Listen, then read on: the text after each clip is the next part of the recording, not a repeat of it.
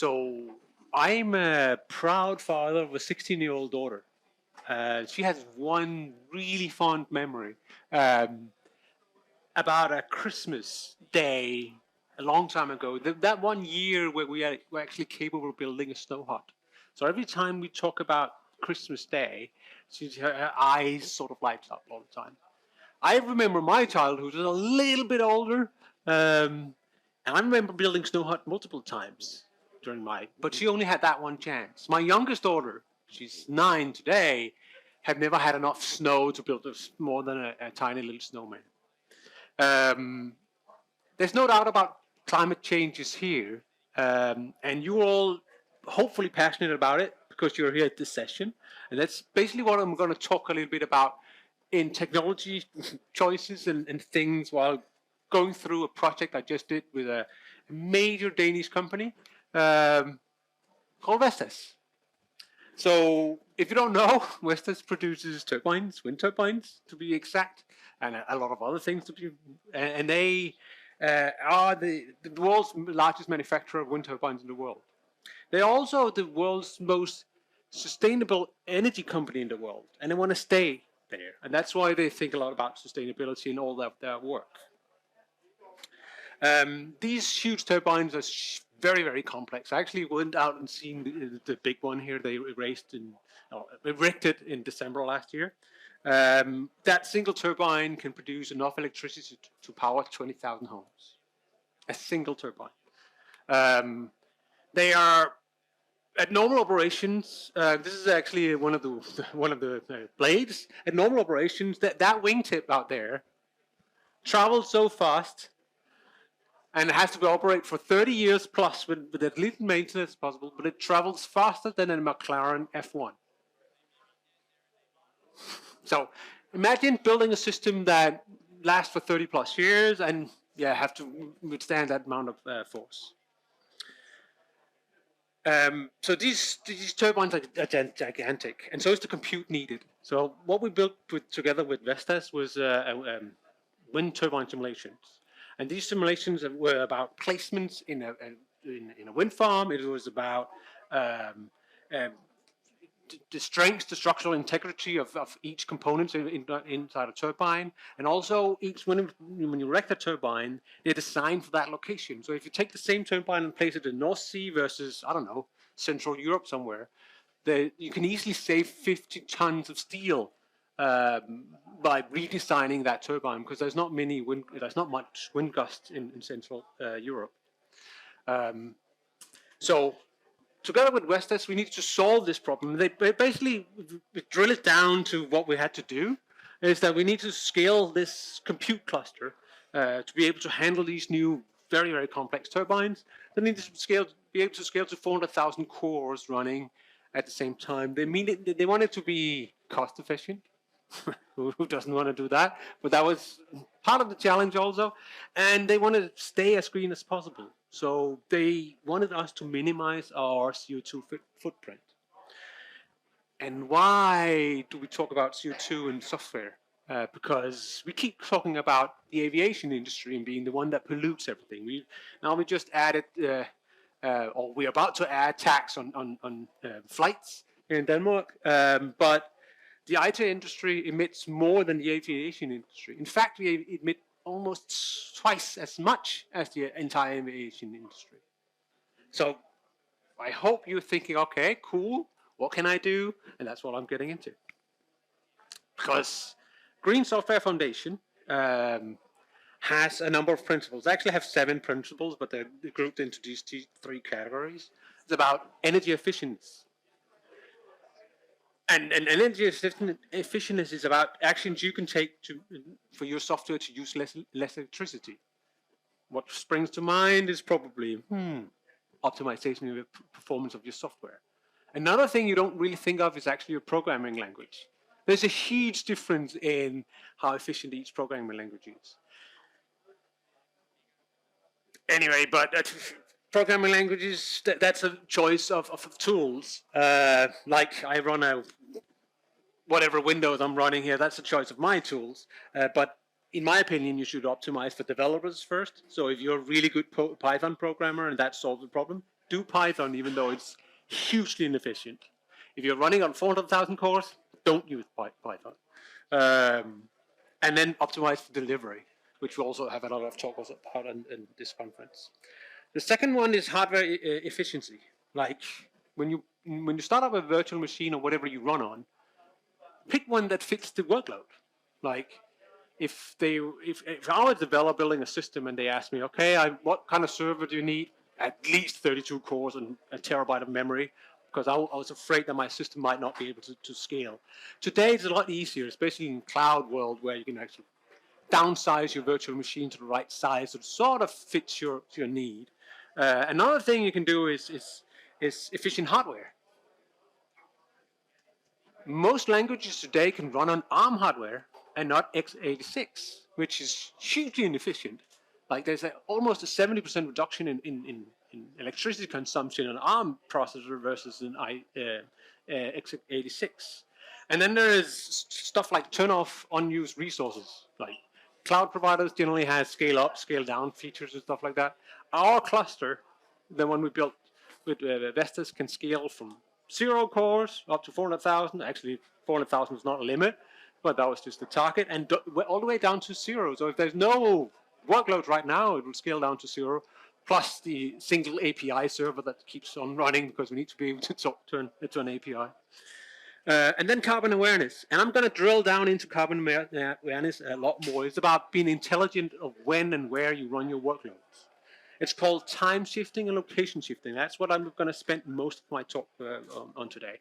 Because the other things is a lot more simple. So carbon awareness. When I say carbon, I mean carbon dioxide. But when I say carbon or carbon dioxide, I actually mean carbon dioxide equivalents. And in general, when you talk about software and how much you consume of carbon dioxide equivalents is the measure of global greenhouse potential. Give me a second here. Greenhouse gases on the basis of their global warming potential. So methane, for instance, has a carbon equivalence of 25, and nitrogen dioxide has a carbon equivalence of 298, meaning it's 298 times more greenhouse effectiveness, right? So don't let out your carbon dioxide, for instance. When we measure carbon emissions and electricity, we talk about carbon intensity. And carbon intensity is the amount of carbon, and by carbon I mean carbon equivalent, released into the atmosphere to produce 1 kilowatt hour of electricity. So you can basically write it like this: carbon equivalent per kilowatt hour. And when you look at a region like, for instance, Western Europe, also not Western Denmark or Eastern Denmark, there's something called electricity mix. What is the mixture of the electricity produced and consumed in that area? Here in Jutland, there's a lot more wind than there is in Zealand or Sjælland. We get a lot of hydro and nuclear from Sweden, and you get it from mostly hydro from Norway, yeah. And then a lot of coal-powered plants everywhere, and gas-powered plants, and bio-powered plants, either here or in Germany.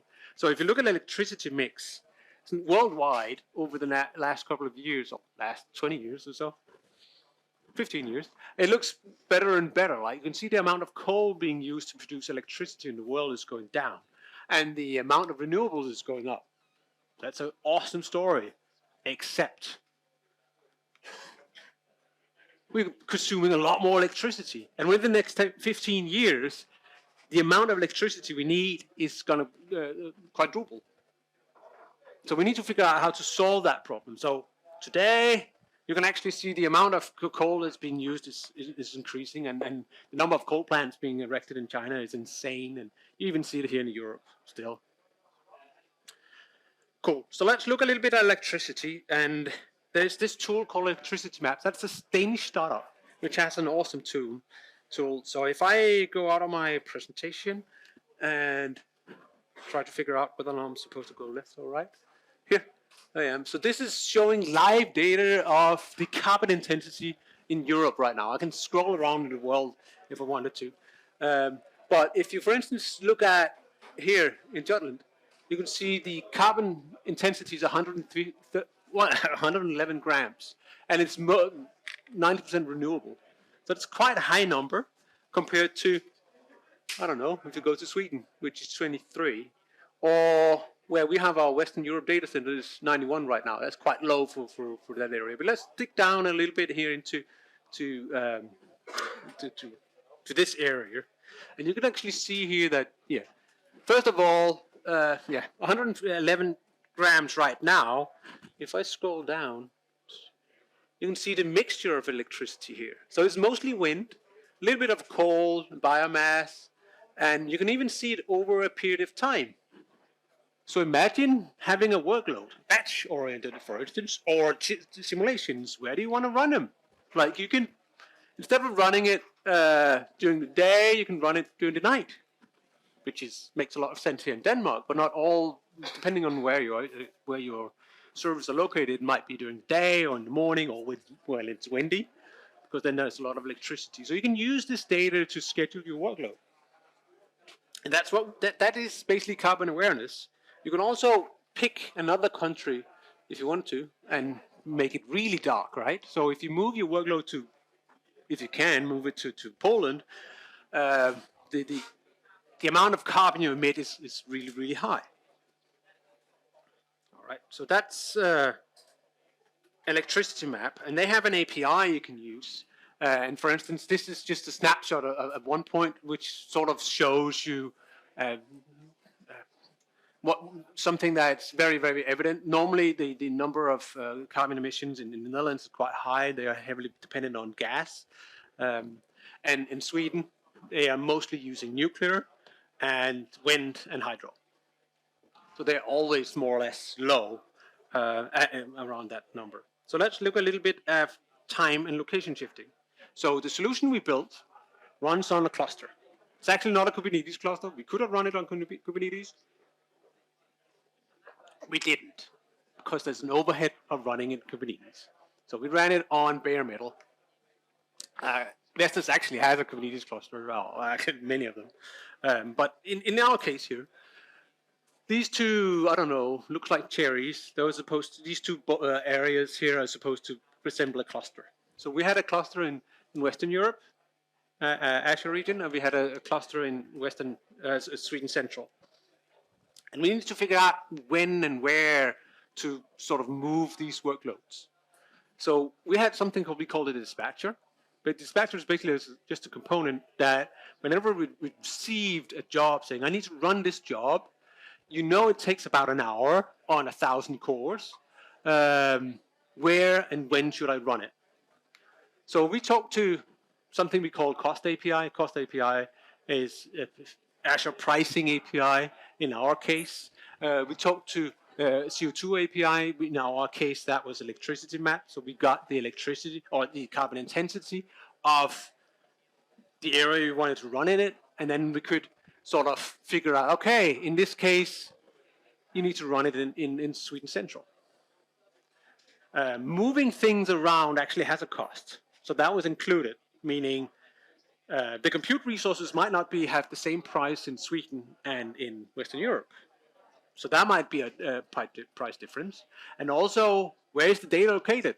Right, we didn't have that much data as input, so where do we want to move it to? That also incurred a cost. Like when you're hosting something in a cloud, everything has a cost. Like a single I/O operation to the disk has a cost. So we did all that, figuring that out. And to make it a little more easy for us, we built the Carbon Aware SDK, which is cloud agnostic, data stars agnostic. So you can use electricity maps. You can also use another source called WattTime to sort of ask it. I have this workload. It's gonna run this long. Where should I run it? There's all kinds of different APIs, and it's open source and committed back to Bring Software Foundation. So they're actually maintaining it today. But it is a fully functional solution you can use and pick up and do this today. So that's quite easy to use. So going a little bit back to the system that we built.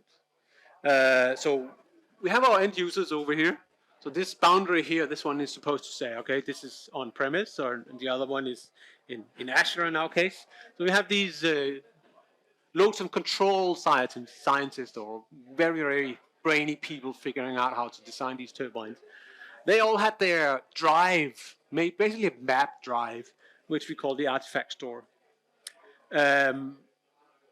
And they submit a number of things they want to do. These configurations was huge. So a single job was around 50 megabytes of data. So there was an executable, there was a lot of configurations and reference data and all kinds of weird things, depending on what kind of workload they needed to run.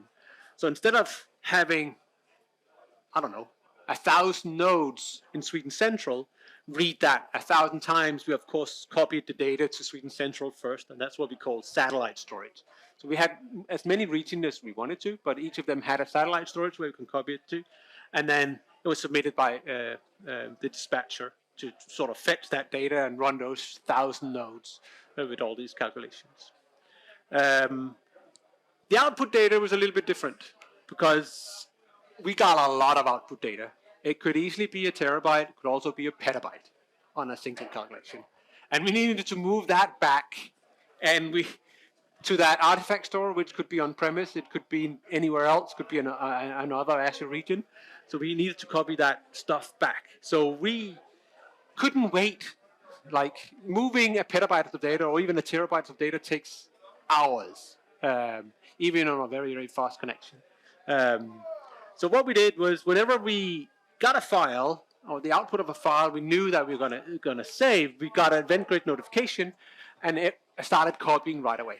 So we could figure out which files was needed, which was temporary, that was put in different folders basically, and then started copying all that back. At one point, for instance, we ran a test job with 20,000 tasks, I think it was, and I can't remember how many nodes, probably about 1,000 nodes, because that's what we kept running around, and it produced 15 million files in 3 minutes that we needed to copy back. So that was quite a lot. This was also to stress test the system. Yeah. So the end users, they basically, just to complete the story, so the end users, they had their existing system. It's called a DC client, data center client, that they were using. They were actually communicating. That was their tool to sort of submit these jobs, and it has been so for a lot of years previous to this solution also. So we modified DC client a little bit, so it talked to our API. So you basically just submitted a job, JSON payload, nothing fancy, which we added to a queue, and then the dispatcher picked it up, and then it started doing all that stuff, where, when, and figuring out where and when to run this workload.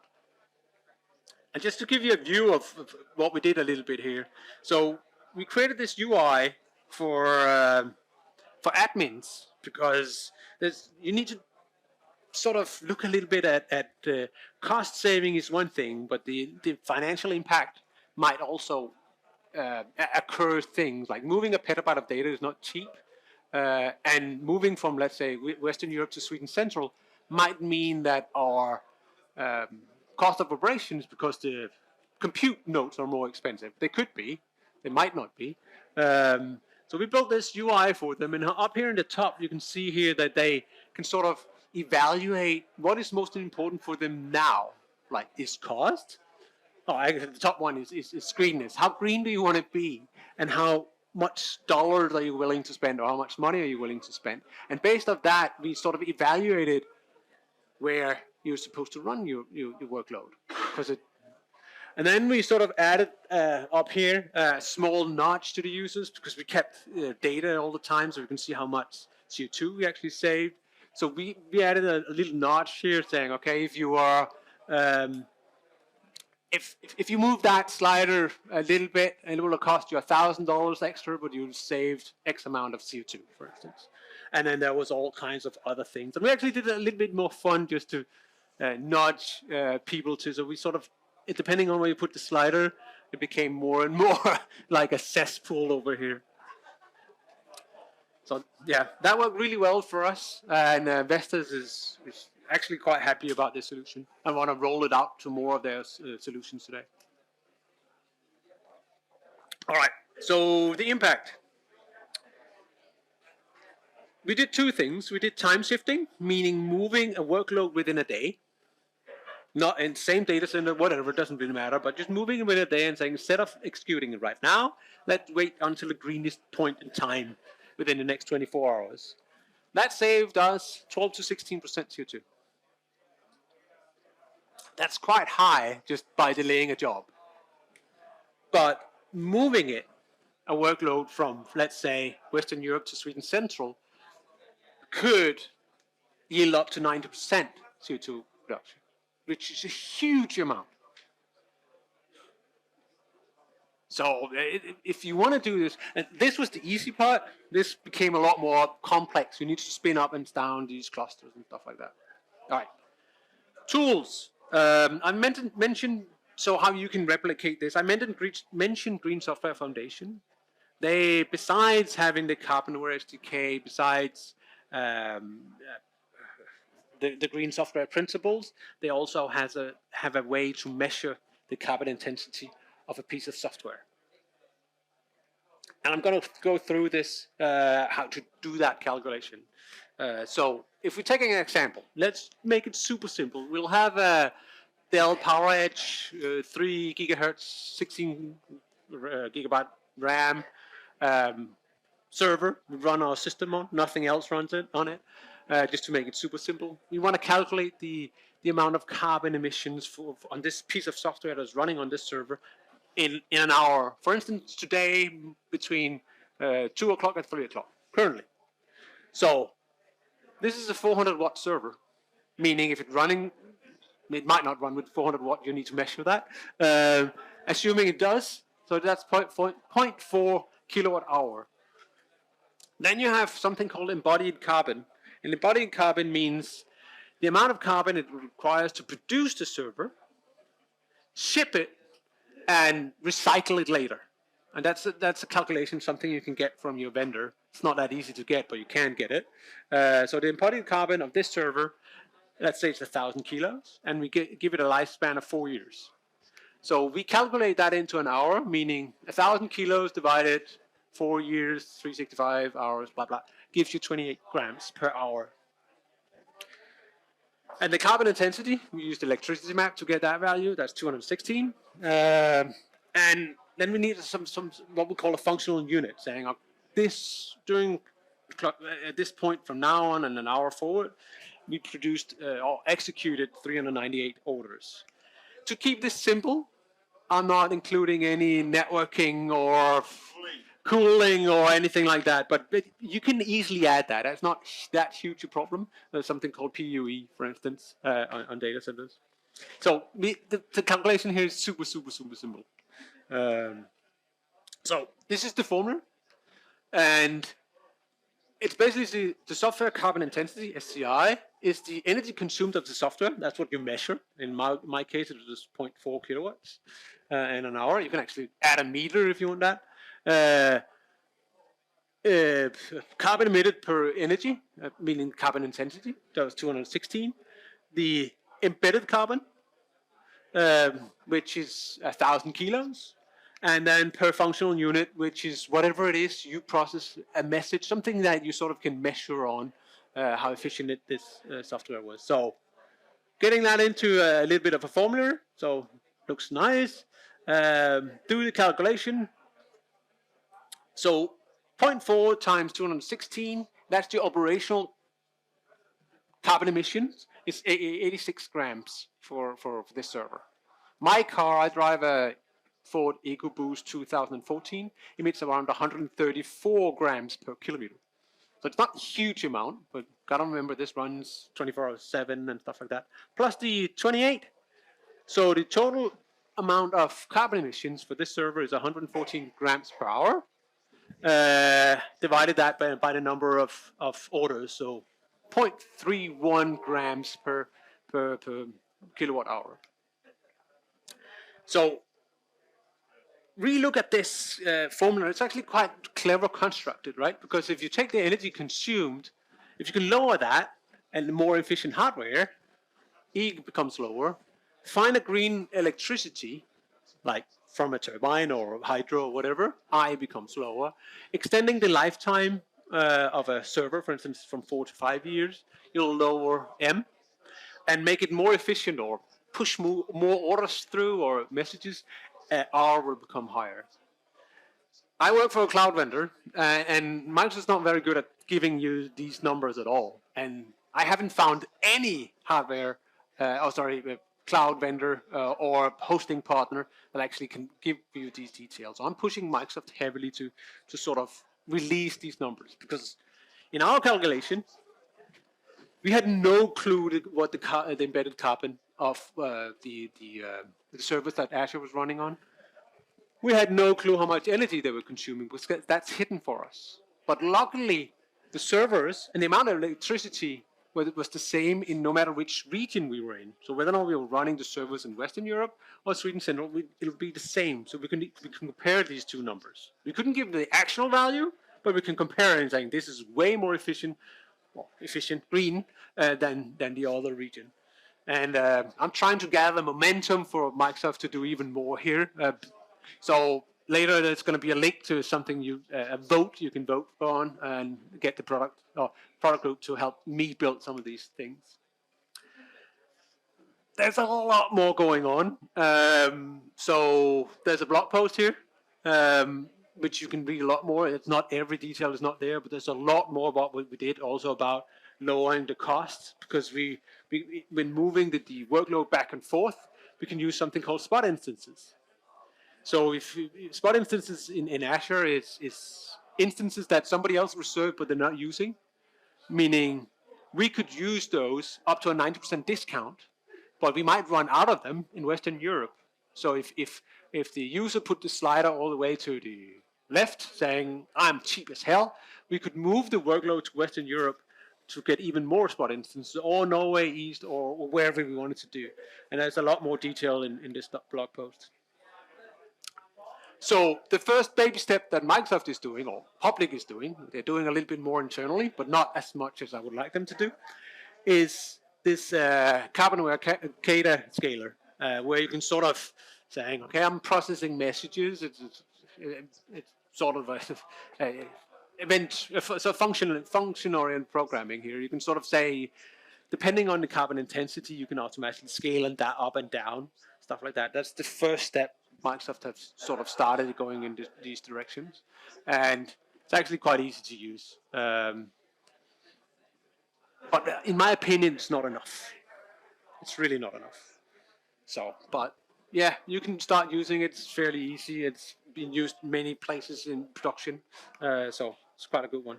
So I want to round out my presentation a little bit here.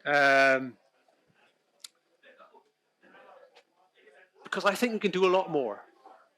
So lowering the carbon is fairly easy. Delaying the execution a little bit, or moving the workload, that's a lot more hard. But I would like to see these managed platforms. And again, whether or not it's Lambda on Amazon or the Azure Functions on Azure, doesn't really matter. I want all of these platforms to sort of have these features. And that's the user voice for Azure to actually implement some of these features, so you can get these numbers out. So you'll be able to sort of, my thinking is the first step is that enabling you guys to do this stuff. The next step is, of course, having these managed platforms to sort of pick this up automatically and saying, okay, I don't care where my workload is. All I do is receive a message and send an email, and I do that 1,000 times a second.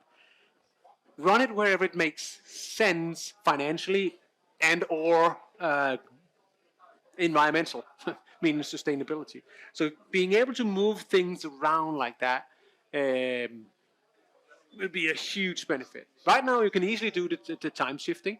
The location shifting is a lot more hard. Any questions? I want to make sure that there's room for questions. Yeah.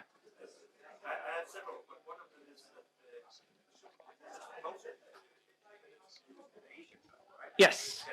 So does this factor in that regardless of whether or not people schedule things on, you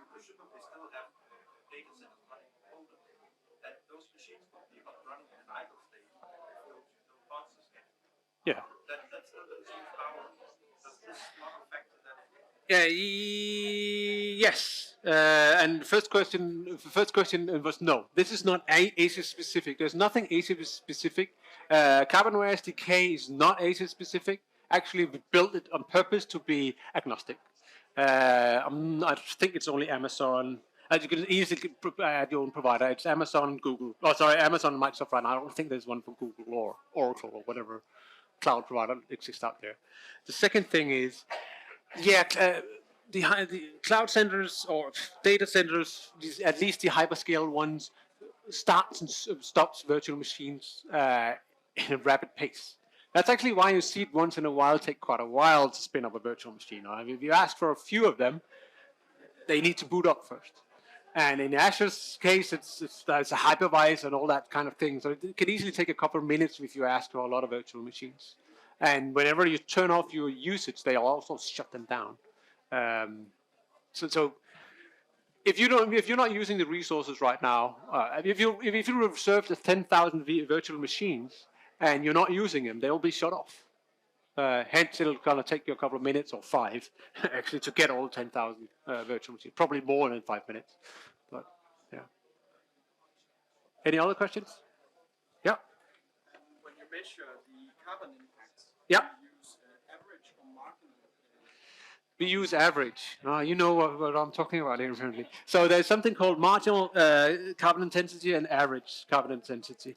I used to think, until I met up with the electricity maps guys, I wanted to use marginal. Marginal means highest. So if we go back to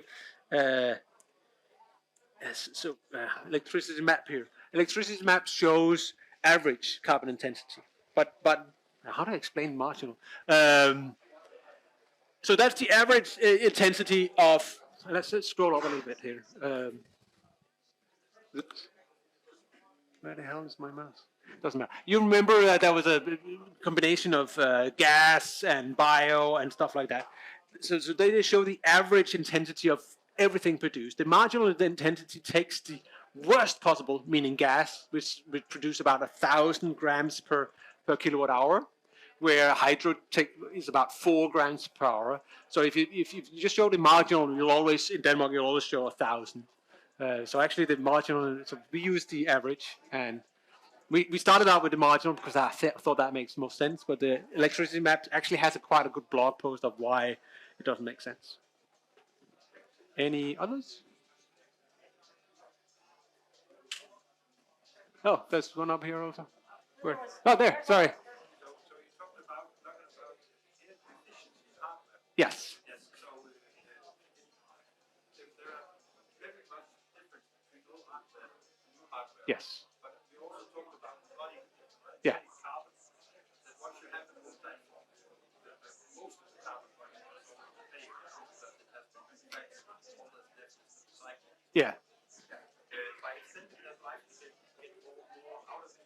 The current CPU cycle costs more. Yeah. So the question is, does it make sense to sort of replace old hardware or doesn't it? And that's a calculation you can do. Like just the same thing as you with your fridge at home. Like I have an old fridge, to be honest. Don't even know how old it is. Old. Does it make sense for me to purchase a new one financially and environmental?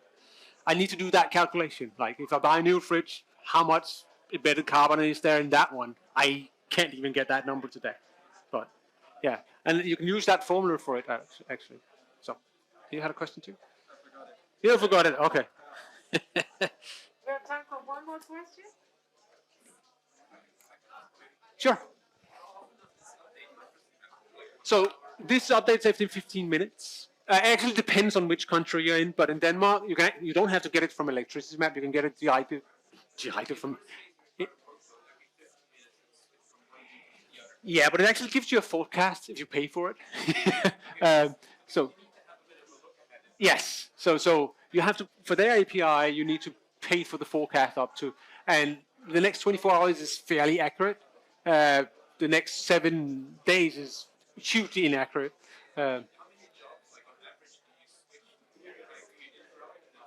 We actually never switched the job once it was started.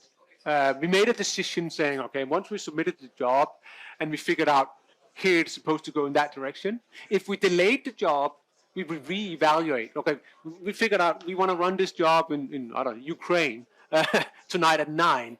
Then when at 9 o'clock, before we submitted the job, we reevaluated our shit. Ooh, we're not supposed to go to Ukraine. We're supposed to go to, I don't know, France. All right. All right. The time is up. Thank you very much. Oh, fantastic. Yes.